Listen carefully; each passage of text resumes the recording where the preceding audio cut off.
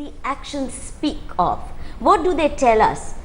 It's not as if it all happened all of a sudden. It was not like Pakistani invasion that she wasn't really prepared for. This was a build-up over years.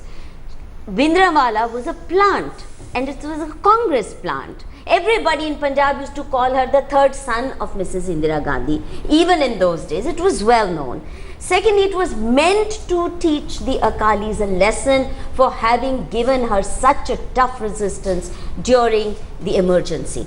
Punjab history of that period needs to be understood and written, because not only the Akali farmers who were challenging the government's policies of not letting farmers send their wheat outside for sale, very draconian use of Essential Commodities Act, the manner in which the Akali farmers movement, the Bharatiya Kisan Union movement had been crushed.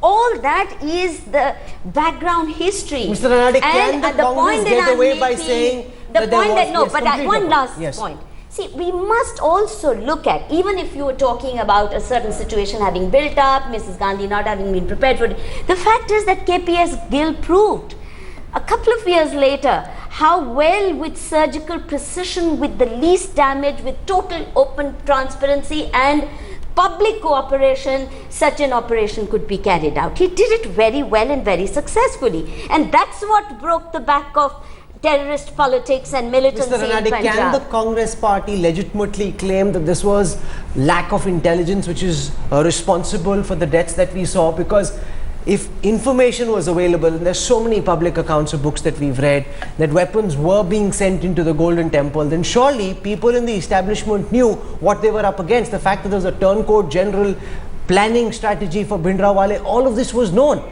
So can the Congress party claim that this was an intelligence failure? I think this was public knowledge at that point in time, that a lot of arms were being taken into the Golden Temple, that General Shavik Singh was there. I mean, it was not secret. I think the establishment would certainly have known, the government agencies would certainly have known. They may not have had full details about the passageways, etc., but that also they should have been able to find out.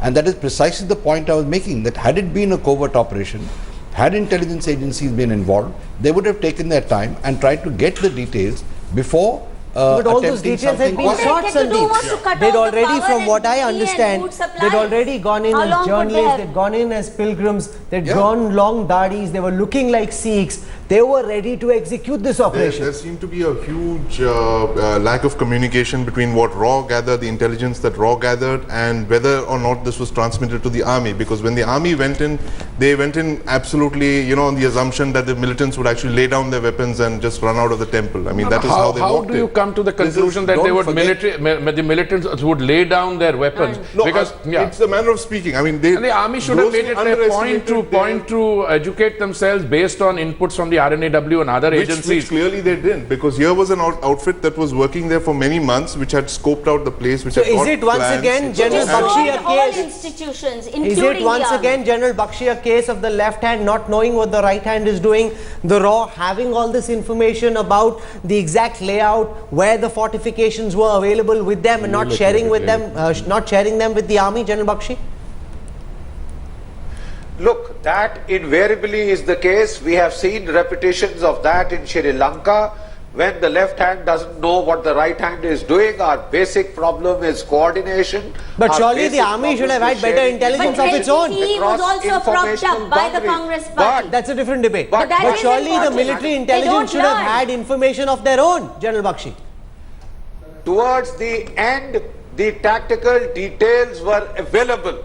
And when the tactical details told you the kind of opposition that you had there, almost a battalion minus, with machine guns, with rocket launchers, you know, with AKs, with grenade launchers, that was the time it became quite obvious that covert operations, I'm afraid, militarily would not work. Okay, you're making that point. I'm out of time. I want to listen to Ambassador Puri, because the point that's being made by General Bakshi, it's an important point, that given the level of fortifications and the sort of equipment available with Bhindranwale and gang, you couldn't have pulled off a covert operation. That's the point he's making. Well, I think that's a valid point, and if that is correct, then you come to the assessment that in April, when you were looking at a covert operation, by that time it was too late.